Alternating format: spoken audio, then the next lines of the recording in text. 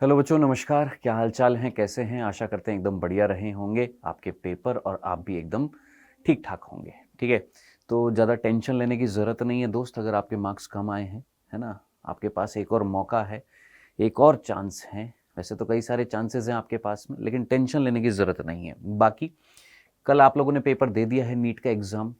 आशा करते हैं बहुत अच्छा रहा होगा।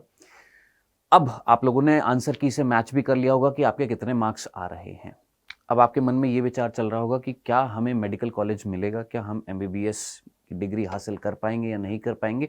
हमारे इतने मार्क्स हैं, हमारी ये कैटेगरी है, हमारे इतने मार्क्स हैं, क्या हमें मेडिकल कॉलेज मिलेगा या नहीं मिलेगा। तो आइए कुछ देखते हैं, कुछ एनालिसिस करते हैं। उसके बेसिस पर हम जस्ट कट ऑफ कितनी रहने वाली है नीट 2024 की, वो जस्ट एक एज्यूम करते हैं, आइडिया लगाते हैं कितनी रहने वाली है। देखते हैं बेटा, यहाँ पर देखिए, यहाँ पर हम जो तीनों पांचों कैटेगरी हैं, जनरल कैटेगरी है, ओबीसी कैटेगरी है, ईडब्ल्यूएस है, एससी एसटी है।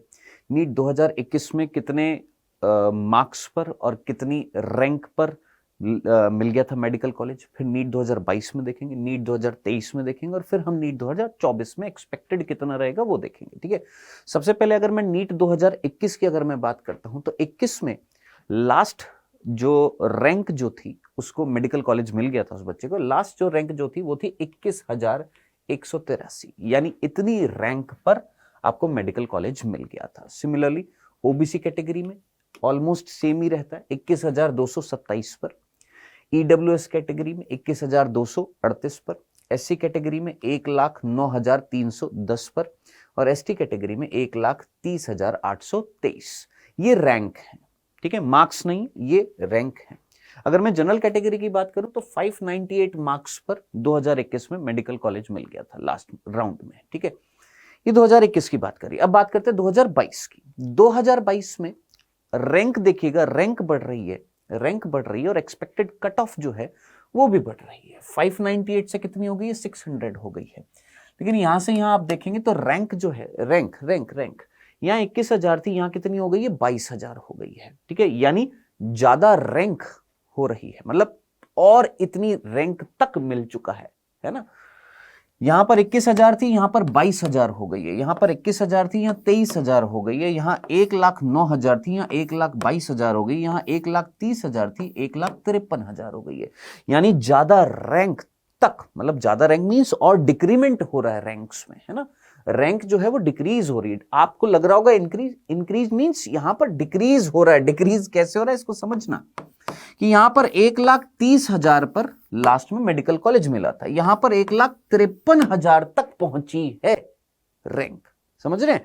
तो वहां पर आपको मेडिकल कॉलेज मिला था एसटी कैटेगरी में। अब नीट 2023 की अगर मैं बात करूं, 23 में, अच्छा ये मार्क्स है। ठीक है, 598 मार्क्स पर, 600 मार्क्स पर और 608 मार्क्स पर, यानी लास्ट में 608 मार्क्स पर मेडिकल कॉलेज मिला था। यहां पर अगर रैंक देखेंगे तो 23,000 पहुंच गई है।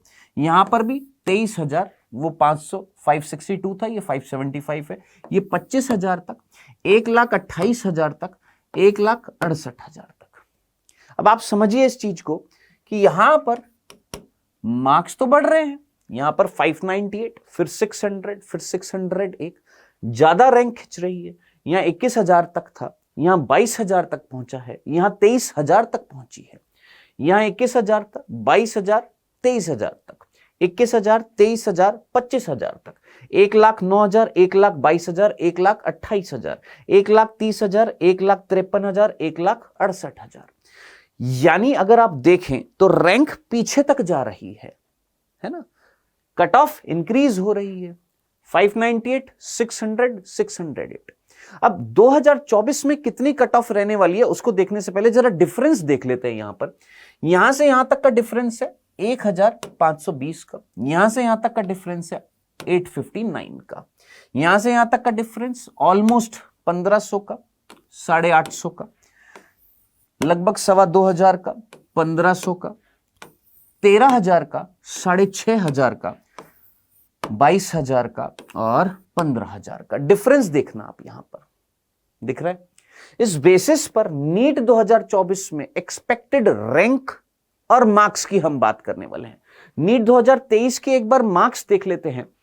जनरल कैटेगरी में 608 मार्क्स पर मेडिकल कॉलेज मिल गया था मॉप अप राउंड्स में। ओबीसी कैटेगरी में 605 पर मिल गया था। ईडब्ल्यूएस कैटेगरी में 600 मार्क्स पर, एससी कैटेगरी में 505 मार्क्स पर, एसटी कैटेगरी में 460 मार्क्स पर मेडिकल कॉलेज मिल गया था नीट 2023 में। ठीक है, अब समझना इस चीज को, नीट 2024 में मार्क्स कितने होने चाहिए और रैंक कितनी होएगी जिस पर मेडिकल कॉलेज मिल जाएगा।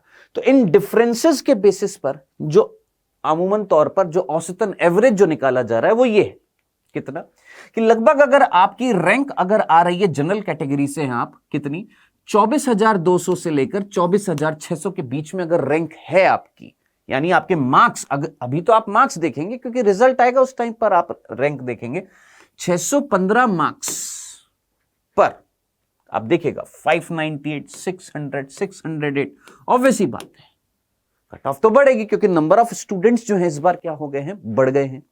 हालांकि मेडिकल कॉलेज भी बढ़े जिसकी वजह से कट ऑफ थोड़ी सी डिक्रीज भी होएगी, लेकिन अगर एवरेज देखें तो थोड़ी सी तो बढ़ेगी आपकी कट ऑफ। ठीक है, सो यहां पर मार्क्स जो है वो लगभग 615 पर आपको मेडिकल कॉलेज मिल जाएगा, यानी आपकी रैंक जो आनी चाहिए वो इतनी आनी चाहिए 24,000 से लेकर 24,200 से 24,600 के बीच की रेंज में अगर आपके आ रही है रैंक और मार्क्स इतने होंगे तो आपको मेडिकल कॉलेज मिल जाएगा जनरल कैटेगरी में। ओबीसी कैटेगरी की अगर मैं बात करूं तो 613 ऑलमोस्ट सेम रहता है, थोड़ा बहुत डिफरेंस है, वही 24,150 से लेकर 24,000 की रेंज में अगर रैंक आ रही है तो मेडिकल कॉलेज मिलने की पूरी संभावना रहेगी।